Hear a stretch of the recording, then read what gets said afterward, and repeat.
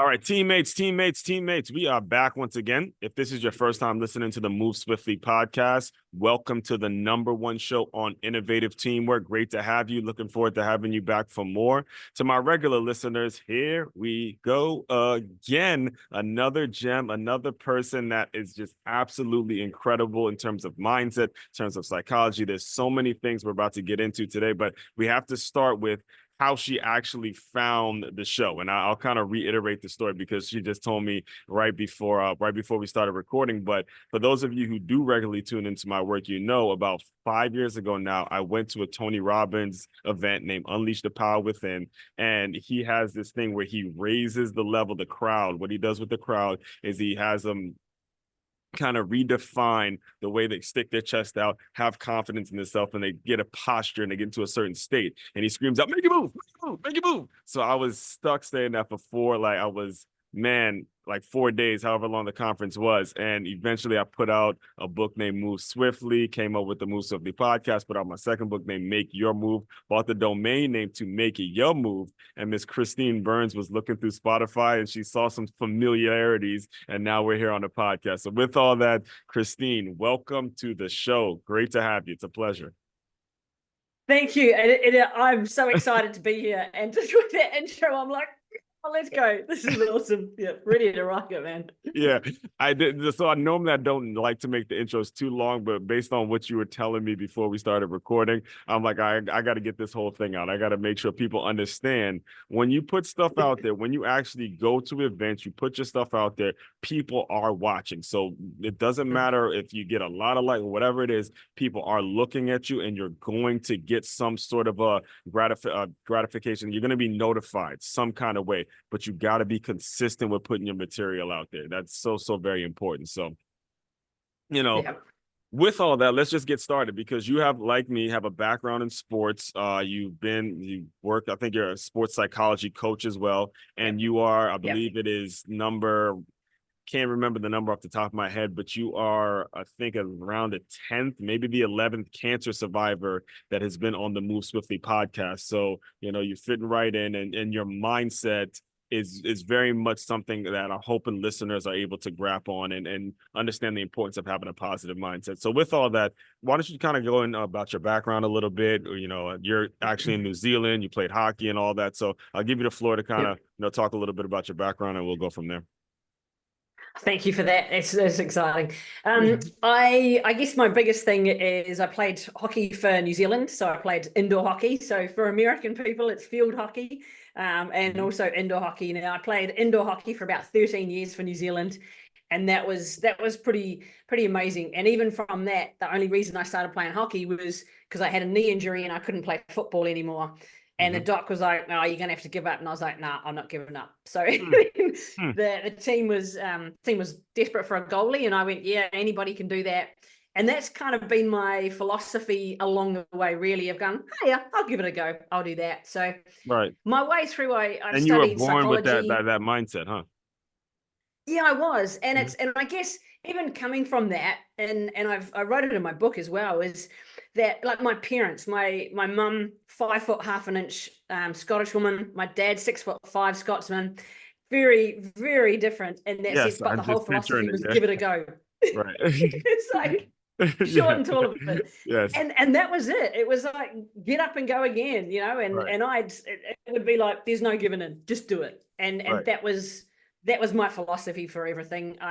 Background in psychology, positive psychology, exercise science. I used to lecture in exercise science in New Zealand, back home in Wellington.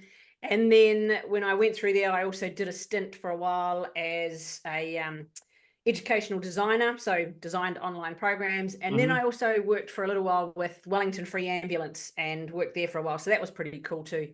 And then just the whole way through, I've been working with people in sports psychology, performance psychology, worked with teams, worked with athletes, Royal New Zealand Ballet, that kind of thing as well. And then I just carried it on. My thing is about performance because it's like, we're all here, let's perform the best we can and just give it everything we've got. And it's, top 6 inches is the winner. That's definitely going to get us through. And I just bring it all together. For me, it's bringing all of that together, my sporting background, Mhm. my qualifications, my expertise, put it together and go for it. And that's kind of how I do it. Right. Well, I'm glad you brought it down to the putting it together aspect, because I always look at, as a former athlete and several of the former athletes that I've had on the show, when it comes time to transition into life without your sport as a player, it is so difficult to figure out how to put that whole thing together. You got to look back into the things that you actually love. Like I say all the time, one of my favorite parts about playing football was just simply lacing up my cleats. It wasn't even, it was the warm-ups, lacing up the cleats, the time before the games, and re-emphasizing that. So I don't know if you mentioned, but you did compete in the Olympics as well, correct? I know I didn't compete in any Commonwealth or Olympics. I wasn't selected directly for those. I was non-traveling reserve for New Zealand hockey, Right. but never actually got there. And it But was you were like, like, right. damn, Yeah. yeah. So, all right. So Yeah. that kind of leads me to the first question that I have for you is as your experience, and you kind of just stepped on it a little bit, but as your experience as an athlete, how do you, what are some of the specific things that you actually went through that led you into wanting to be a sports psychologist in itself? Because again, this is not a profession. Listen, it is not an easy profession. Psychology in general is not easy, but when you throw the term sports psychology, it's almost like taking it, and it's a completely different world you're heading into. So what happened to you as an athlete that makes it so you even wanted to get in the field in the first place? Ooh, you're good. I think it was Yeah, like I said, being a goalie. I've been hosting podcasts for 4 years now, so I know what I'm. This is how I get down. He's This is in what I there. do. This is good. I'm And by loving the way, it. we don't have It- time limits, so take your time. If you got to answer, do anything. That's cool. This is good. I'm loving it. I think I played in goal, so I was kind of like, I'd say little me standing in the circle on the hockey field, and I was like, Now, this how is big not were the fair. goals? How They're big were all the the goals? same. I could probably just out, probably Right. about that extra on each end. So it was Yeah. similar to like an actual Ah, hockey goal. Like, well, okay, I got you. yeah. It'd be Mhm. like the similar for that would be handball, probably very similar to that size Yeah, goal. Yeah, yeah. yeah. Um, but I was standing in my goal and I was like, this ain't fair. Like I'm the odd one out in the team here. They're all the same, those field players. They're not, but in my head at the time they were. And it's like, they're all the same. I'm like, how come I don't get extra help? This is just not on. And then I Right. kept thinking about it, and I would go to people that were experts, so other goalies that were at the top of their game, and I kept asking them for help because I was like, no one else really gets it. It's a different headspace. And Hmm. so I'd go to the top players, and especially the men. I'd go to the men and say, hey, look, can you help me out? And Right. because I thought, well, if you're going to do it, you might as well go to the top. Right. And so I did, and I asked them, and then they helped me out heaps. And I noticed a lot of it was in my head. And I Hmm. was like, this is where the game is won or lost. And for me, I was like, physically, sure, I'll do it until, I can't, and that's fine. But I was like, Hmm. it's in here, it's in my top 6 inches. And then Yeah. I started watching some of the younger goalies, and I was like, I'm going to help them out. And it Right. just kind of grew from there. It's like, where can I get that? More Yeah. information, more expertise to help. And then Right. I kept finding it. I kept going after it. Yeah. Okay, listeners, I want to make sure we're peeling everything she said really close. I want to make sure it's hitting home. All right. She was at a disadvantage. There were certain things that she saw that were not, that at least in her mind, weren't fair, meaning, she's the goalie, her teammates are out there competing. And the next move was, I'm going to ask for help. All right. That's a really bold statement. That's a really big thing, especially in our athletic world where we're not fueled for that, where you ask for help and all of a sudden you get looked at like you're weak, you're soft, you don't need things. It's the asking for help that allowed her career to flourish and move forward to the next level. That's very important because again, as you translate these things into your business, into your career life, into whatever it is you're trying to do, you gotta go and ask for help. Seek out the professionals, seek out the people that can help you do what it is you're trying to do. So, with all that, you're playing, you get the help, and you are and this is another issue that again I had to live through myself. When did you know it was over? When did you know it was time to start thinking about stuff outside of hockey? And I'll tell you my story just to hopefully it kind of helps you Yeah. think of, and helps you when you answer. When I was my junior year. No, it was my fourth year in college, and I had transferred This was my second school I transferred to, and I was finally at the Division I program that I wanted to be at. And I felt like I just had it all as a player because I went through so much. I tore my ACL. I had to go work at a gym. I had to go through a lot just to get to this school, right? And it was just a random day of practice. The sun is beating down on you. It's 2-a-days. I'm looking around at younger guys. I'm looking around at guys that they're bringing in. And, I just had this look around like, this is it. This is my last year, Christine. Like, I was like, this was it. And I'm always curious to know what that story is as a former athlete, because it drew me into the coaching world, drew me into the teaching world when I realized I had absolutely nothing left, nothing left to give the game as a player. So go ahead. The floor is yours. I'm just like, how did you see what I was doing at the time? So random day, I was driving in. So I was in Wellington. I had shifted down to Wellington to play hockey because they were like, Burns, you've got to move down. You can't keep traveling all the time. So I'm like, okay. So I shifted down to Wellington and I traveled in and out. It took me about an hour each time to drive in and out to the turf. And I was driving in, same thing, random day, driving in, la. I got in there and I was like, I literally looked around the turf and there's beautiful hill up behind it. And I was like, I'm over this. This is my last game. Yeah. And then I was like, and then I kind of like realized what I just thought to myself and went, really? What that? And so, okay, we'll find out. So I played the game, hardly touched the ball. We won by heaps. And then I just came off and I took all my gear off, took all my padded stuff off, put it on my bag, zipped it up and went, and I looked back up at the same thing and went, that's it. And it was like, that was our last game of the season as well. And it was, we had a couple of drinks back upstairs and I said to the girls, look, I'm done, man. I'm done. I've played for New Zealand. I've played for my country. I've been overseas. I've done all those things. I've come back from injuries and I understand that feeling because it's a weight lifted. You just beat me too. I was going to say it's a weight lifted off your shoulder because again, I try to tell the athletes this all the time. All right. You're always one injury away.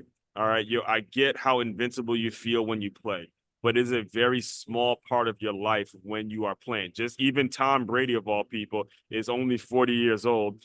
You're not, I'm just telling you now, you're not going to be as good as Tom Brady. I'll just put it out there now. LeBron James, I mean, he's only you're not going to be LeBron James. I'm just putting it out there now. Don't go be out there. That's a very small group of people. So when it's time to be done, you've got to be, and it really boils down to what are you playing for? Are you playing for helping the next generation? Are you playing so you can be a part of a team? Are you playing so you can actually improve the quality of life? And that's where I want to kind of talk to you about next is when you finished playing, did you get directly into sports psychology and then Walt came about? Like fill us in terms of the sports psychology aspect. And then now you're running an institution that stands for Women's Authentic Leadership Training. And it's like, whoa, kind of talk us through how all of that came about, because that is a pretty special, that's a pretty special feat. Yeah, it was even during the whole time coming up to when I was finishing hockey I was lecturing in exercise science at the time as well. Oh, you were lecturing while you were playing? Yeah, I was. Okay. So I was lecturing. So I was doing exercise science and sports psychology at the same time. And so I was doing consultancy work. And so I was playing hockey, I was lecturing, I was taking teams and athletes, and I was also teaching at the gym. So I was teaching and instructing at Les Mills as well. So back home in Wellington.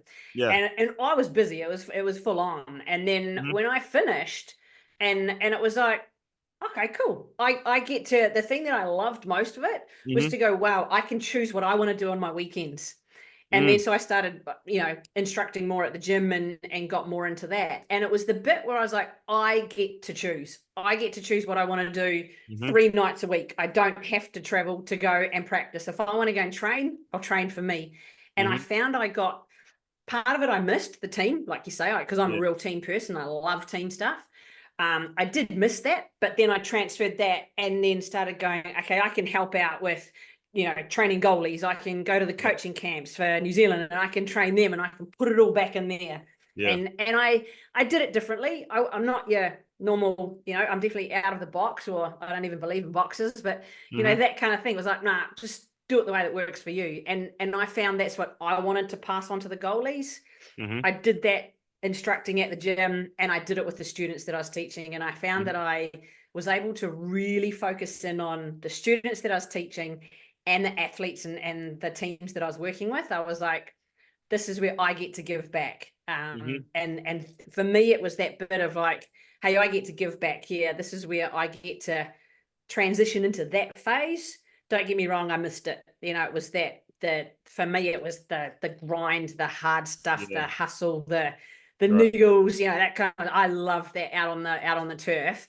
I found that somewhere else though. I found the challenge in pushing myself physically, that type of thing. So then I just really fixated on the gym, the lecturing, working with students, and also carrying on with other athletes and teams. And then it was that thing of like, maybe I could get more into the consultancy side. So I picked up more of that, dropped some of the gym instruction. And then it really wasn't until shifted over here to Australia. So now I'm in Melbourne, Australia, been here actually coming up 13 years in about 2 weeks. So I've been here 13 years. It was just after getting over here, myself and my business partner, we were talking, and it was like, we do similar things. Maybe we could work together and create a business. And she was like, nah, that wouldn't work. It was that we do the same. We want the same thing at the end. We do it differently. Yeah. And so must admit, we had a couple of drinks, and then we came up with this amazing idea. And then that's actually proven. With a couple of mentors. I'm not endorsing, getting blackout drunk at all. But no, exactly, neither. It is important that you actually do sometimes, because we're driven. Sometimes you got to take the edge off, and it's like, that's totally it. That's totally the idea. Yeah, so right. Yeah. And we chatted with a mentor. We got a business mentor, and they were great. It was Professor Paul Wood. Him and his wife help out a lot of people in businesses, and he was like, hey, what about this? And so we just kind of kicked it up from there. And it was all the unknowns the whole time. It was like, okay, I'll give it a go. It's like still having mum and dad in my head from way back being a little tack, which I just give it a go. You never know. And I was like, okay, let's do it. Let's find it out. And here we are. And it's kind of cool. So Walk Institute, walk people through exactly how you serve people, and what's sort of the day-to-day. What can they expect when they come into your world? Yeah. The thing that we do, so it's women authentic leadership training. And what we look at is we do authentic leadership. So it's about, so everybody's a leader. It's not about, the title or anything like that. It's about each of us first. So we start with the person first. So authentic leadership is about self first, learn to lead yourself first, and then lead others, lead teams, whatever that is, groups for you. Amen to that. Amen to that. Is so good. And then our idea of it is we don't just work with women. We get a lot of guys in our webinars, a lot of guys in our face-to-face workshops. But our key kind of thing, the reason we've sort of done it with women authentic leadership is both of us are women that are in the business. And then we tend to work more with women, but we don't, we don't kick anybody out kind of thing.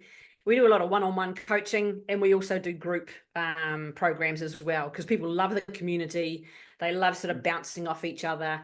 And it's about looking at that whole thing of who you be inside, really finding that confidence, really going next level. We talk about resilience, but we talk about bouncing forward, not just bouncing back.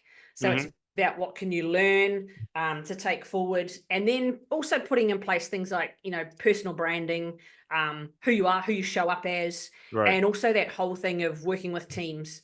And that's kind of my expertise in a way in our business, is creating teams and working with teams, because you might as well get high performing teams, not just mediocre Joe average teams. So it's that thing of looking at that. We put out a lot of blogs. I'd like to be able to jump on podcasts with people and interact with people and just share that knowledge as well. So what are some of the common challenges you see when it comes to working with, like you said, you're not primarily working with women, but that's kind of how you started. When it comes to teaching women these elements of leadership, what are some of the challenges that you see, the common challenges that you see when they come into your world? Because again, I said all the time, women, you have to think about bearing children, and you get 9 months, the whole thing, the giver of life. It's so easy for them to kind of fall, a lot of women to fall back and just kind of be the passenger and not be the one to be bold and things like that. But I'm attracted to the opposite. I'm actually attracted to the people that are leaders. But I'll kind of let you answer that a little bit or talk a little bit about that. Yeah, a lot of it's funny because a lot of women will come in and they say they're confident, they say they can handle these things, and yet when we get in behind it, it's the Not BS, the limiting beliefs that are there. That confidence isn't actually there as much as it tends to be, thought about or portrayed.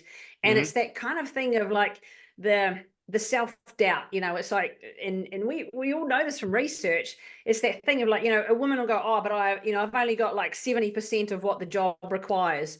A guy will do the thing of like, oh, I've got 60%, but I'm going to give it a go anyway. And so it's what tends to hold the woman back is the confidence, those limiting beliefs, and a lot of the external stuff of what they think other people will think of them. And so for us, that's where we come in and we really jump into that whole thing of getting inside people's heads, looking at those limiting beliefs, stacking the goodies to be able to create more confidence and get themselves to really trust themselves to be able to step into it as who they truly be. And that's, we talk a lot about be, do, have, of whatever you want to have, you got to do some things, but not too many. Most people get caught in the do have. What we say is, well, you want to have that, jump over who do you be to have that. And that's where we bring in the confidence, the resilience, the ability to bounce forward, the trusting oneself, the, owning your own voice, all of that kind of stuff. And again, it's 80% psychology, 20% mechanics. So it doesn't matter what strategy you use, it still comes down to top 6 inches, really. What are some of the things that you do as a way of measuring a person's confidence? Because we live in a social media fueled world, and there's a lot of women out there that'll post something on Instagram and they get 1,000 likes, and all of a sudden they're walking around like they're confident and things like that. But like you said, when you peel the layers back and you really ask them face to face who they are, they're not as confident as they might portray themselves to be online and stuff like that. So, what are your measurables? What are your ways of really seeing if a person's really confident or not? Yeah. I mean, for me, it's that thing of like quite good at reading people. And so I'll jump in and just start asking them about some of the tough conversations they've had, or, what have been some experiences that you've had where it's been challenging and you've got through it. And if there's that, if there's the real lightness in the voice, or the whole thing of looking up, and it's like, where's the deepness, the alignment in here? And it's like, okay, cool. And it's like, did you hear that? Did you notice the difference then? And for me, it's about getting them to notice and hear and feel the differences of me asking those kind of questions. Yeah, we do. I mean, we do use scales and, surveys and questionnaires when people come in. We do authentic leadership ones, we do resilience ones, we do confidence ones. However, for me, it's still about the outcome of that, and the results is in the story. And so it's that ability to really create that back and forth with that person, because we can go, the numbers say this, but until they feel it and experience it, it still doesn't mean anything. So for me, it's about them hearing the change in voice or noticing things, or going, hey, what would you like it to be like? And they're like, oh, I don't know if I could have that. Why not? What's preventing you? What's getting in the way? And then when they start to notice it and take it on board, that's when we've got it. That's now like, there it is. Aha moments are what we're after. Those limiting beliefs. And I know I've heard you speak on several other shows about Mel Robbins and the 5-second rule, and implementing some of that into your work as well. And it kind of makes me want to ask you too as well. Did the connection with Tony Robbins happen with you, or like how did he get involved with Walt Institute? And I mean, well, on the side, I'm a Tony Robbins results coach. So I do business and results training with Tony Robbins. I'm one of his coaches. So there you go. Nice. And that's pretty cool. I mean, I've been in the TR world for quite some time, which is kind of cool. And it's that kind of thing of, I mean, it's not a brand new style of coach. Yeah, there's a whole lot of techniques and new ways that we use in the Tony world, and that's kind of cool. And then there's stuff that we do in Walt. And then there's stuff that I do with athletes in the sports psychology realm. So it's not that I keep them all separate. He does a lot of stuff with athletes, though. He does a lot of, he does heaps. Yeah. And that's what I love. That's what drew me to Tony Robb. He does a lot of stuff with athletes. Yeah. And for me, it's the, like, I don't know, the boldness, the bigness, the kind of real direct way to do it. And for me, I mean, it's about performance. So it's like, it all overlaps, to be honest. So I get to be a Tony Robbins results and business coach and trainer. I get to be there with athletes and teams, and I still get some athletes through Tony as well. I mean, I've got a couple of professional athletes that I'm working with through Tony. I've also got some of my own that I'm working with, and at the moment I'm also working with the Paddle Ferns. So that's the New Zealand women's canoe polo team, and so they're off to World Champs in October.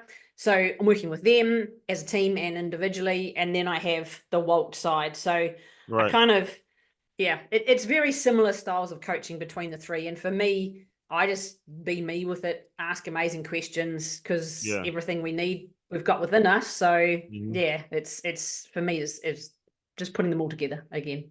And I'm glad you brought that up, because like I did mention in the intro, in 2016, you got a call out the blue that completely changed your life, your life. And your response to that. Now, I've lost my grandmother to cancer. There's not one person out there who has not been affected, and it's not one family out there that's not been affected by this horrible disease. But and I'll let you speak on it in a second, but your whole overall take on when you got the news to where now you shifted into that psychology to where you're just like, look, I gotta stay positive. So kind of walk us through when you got the call that, oh my God, I'm diagnosed with cancer, and this kind of walk us through the whole situation. Yeah. I saw him like boom back there. I was sitting in a dining room, and I knew the surgeon was going to ring just for checkup, because she said, "Oh, look, I'll ring you in a week just to do a checkup." And I was like, "Sweet, cool." Phone rang. I was like, "Yep, that'll be her." So I answered the phone as usual, la la, and I was like, her voice sounds different. I was like, there's something different about this. And she goes, "Oh, just checking in, la." I'm like, yeah, I'm good. I'm a fast healer. So yep, happening good. And I had an emergency hysterectomy. And so it was pretty full on. And so it was healing well. And then she said, "Oh, by the way," I was like, "What?" She goes, "Oh, we got the pathology results back, and you've got endometrial cancer."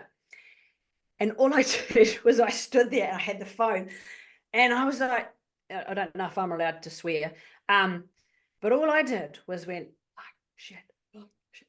And I stood there, and that's all I did for about 30 seconds. We go, "Fuck, shit." And then I was like, right. And something in me just went bang. And I was like, right, okay. And then I said to her, "You do your thing medically, you get the best team, and you do your thing medically, and I'll do my thing mentally, physically, emotionally, spiritually. And we're going to kick this, man. We're going to have the bestest team, and we're going to make it happen." And she went, "Okay, you're on." And it was like this. I just went, and it was like I got this strength. I don't know what it was, but man, it was just like this whole thing just happened.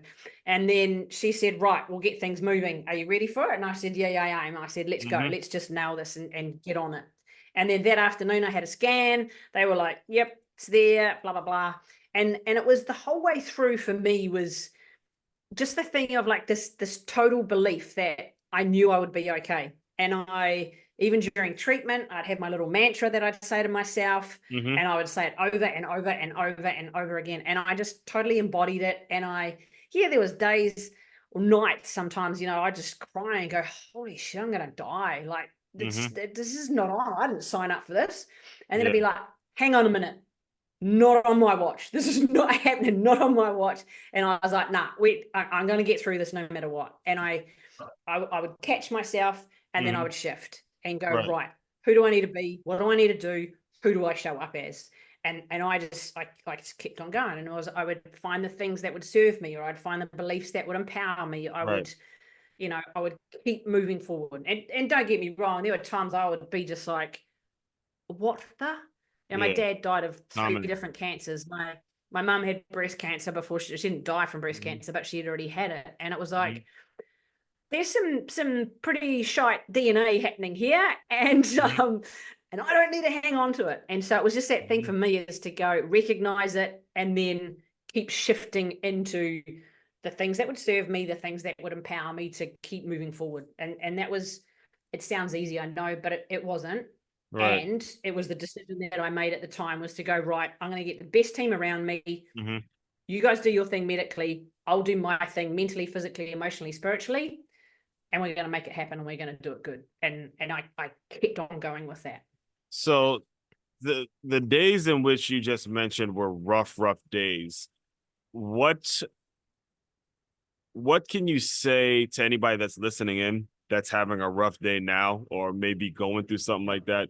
What can you say to them that, and I know it's more of an action taking thing, but what would you be able to like to communicate to them that may be going through whatever it is they're going through in terms of how to just get through that day? Because one of the things I'd always tell people whenever they're going through something, whether it's divorce, whether it's just through loss, whatever it is, just simply take it day by day. Don't try to win the week. Don't try to win the month. Don't try to win the year. Just simply win the day. So, what do you like? How are you able to communicate that if somebody's listening that is going through something like that? Yeah. And that's it. It's exactly. It's shorten it up. Like you can't look out there and go, oh, it'll be all right. No, you don't know about that. What can you control? What can you do? What do you have right here in front of you? And it's for me, it was things like one of the things I love coffee. And so I would, like in the mornings, and I might wake up and if I would be absolutely fatigued from treatment, I'd be absolutely knackered, and I couldn't keep a lot down. But one thing that I did do was I was still able to drink coffee. I'm like, yeah, man. And I would set myself up with it, and I'd have a coffee moment. And so what I mean by that is, like I'd get myself a coffee, make it in the machine, and I'd just engage all of my senses in it. And so what it did is instead of being in my head, getting caught in the BS, what I'd do is I'd be totally in that moment, and it would be like I'd hear the coffee grinder, I'd smell the coffee, I'd see the coffee, and I'd be like, wow. And then I'd take that sip and I'd hold on to it. I'd be like, oh, that's amazing. And when I could get it, if it was sunny, if it was nice, I'd be out in the sun and I'd get that sun on my face. And it was to be so freaking present in those kind of moments, because then I wasn't going back into the past, going, oh, what about this happened and that happened, or rushing off to the future, but this might happen and that might happen. I would stay in that moment. And sometimes it would be like, my mind would be like, hey, nah, let's come back to this moment. Or I'd be sitting, even looking at the tree, to go, wow, man, those leaves are amazing, and I'd look at the shape. And it was, I would bring myself into the present, just continually bring, and it was that, Tony Robbins talks about, it's that 2 millimeter shift. It's like what you do have, what you can do, what you have in front of you, and chink in the state, is just like that, lift that body posture, keep the chin up. And for me also, which can sound ridiculous, and I do it with a lot of my clients, is just put a smile on your doll. Like when I've got people, I've been smiling for no reason whatsoever, and I still feel happier. And I'm like, see, it works. And it's exactly, it's not the superficial blah blah rainbows and unicorns. It's not that. It's just that thing of like, when you change that, if you can't move anything else, just get that smile on your doll and the chemicals fling off. But it's the lift it, be in that present moment, 2 millimeter shift, like you say, shorten it up. But even if it's not the entire day, it's like win that minute, win that hour, win that morning or the afternoon, what do I have? What can I control? What's right in front of me right here? And focus on that. And like, that's honestly, it's how I did it. It's seriously how I did it. Yes. And it's also worth mentioning. I think it's also very, very important that you mentioned you had a great team of people around you. You made sure that your circle, and this is again for you listeners, that is so important. You got to put the positive people around you. I mean, Tony Robbins talks about the PAIR group. That's PEER, peer group, your peers, the people around you have got to be of the positive mindset. If you're going through something similar to this and you're having a rough time and you have negative people around you, you don't stand a fucking chance. I'm just gonna keep it all the way real with you. You need people that are going to uplift you, and I'm not talking about the coddling sense. I'm not talking about the sense of, oh, everything's gonna be. I'm talking about people that are really going to be positive and there for you throughout, and make sure they're just being real, not treating you like a cripple, not treating you like someone that's not human, but people that are actually going to be in your corner. And these are things you have got to constantly work on. So, you know, with all that, I do want to be, because we can talk for hours. We really can talk for hours.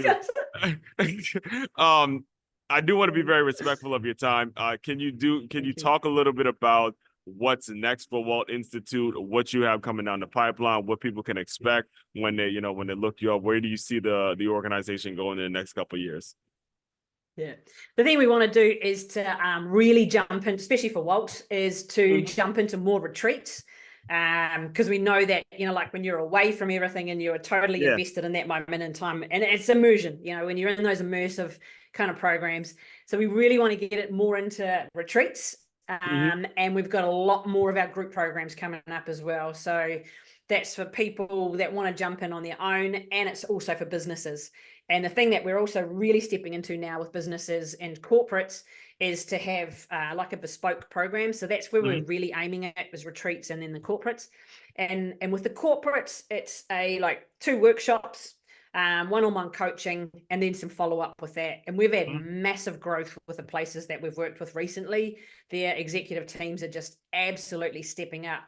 Massive changes in their way of leadership for self and their teams and organizations. And then also for myself, it's for me, I mean, my whole thing is that I want to work more with, you know, athletes, and definitely more with professional teams, is to really step into that and jump on that whole professional side of things and get their performance going. And then obviously with Tony Robbins' side of things too, is really step into that and keep going with it. The learnings, the progress, and the environment of that, again, proximity is power. To be around that kind of level of people and learning is massive. So it all kind of comes together. As a coach, though, do you go to the events with him, like the UPWs, and I think he has a date with Destiny or something like that? Are you the one going to the events, or how does it? What's your role with? We can do, yeah. Okay. Yeah, I mean, we do a lot of one-on-one coaching. So for me, it's either one-on-one coaching, and it's just over the phone. So hanging over there. So just on the phone with people. Or the other way is we do business results training. And so that'll be going into an organization. We'll work with the organization and totally revamp the whole business side of things and take it next level. So increase revenue, increase their retention of their people, and just bring up that whole understanding of, you know, the whole Tony world of understanding things. And when everybody has that mindset, it takes the next level. So a lot of it's like here on Zoom or on the phone, and then we can attend the events anytime we like. We can do it either virtually or in person. And having been at in-person events or, you know, online events, definitely massive growth. And I have a coach. I wouldn't, you know, don't do rules, but my rule for that is I can't be a coach without a coach. And my coach is absolutely legendary. So I'm very privileged. Okay. And what's the best way for people to get in contact you or follow your journey? You know, you can put all that stuff out there now as well. Yep. For finding us on a website, so it's waltinstitute.com. And so that's WALT. And that is institute.com. So you can find us easy peasy on there on our website. Pretty much all our socials for Walt Institute, same deal, handle is at Walt Institute. And also my stuff as well for the sports psych is I'm Facebook, Instagram, those kinds of things. On Instagram, it's Outstanding Performance Mindset.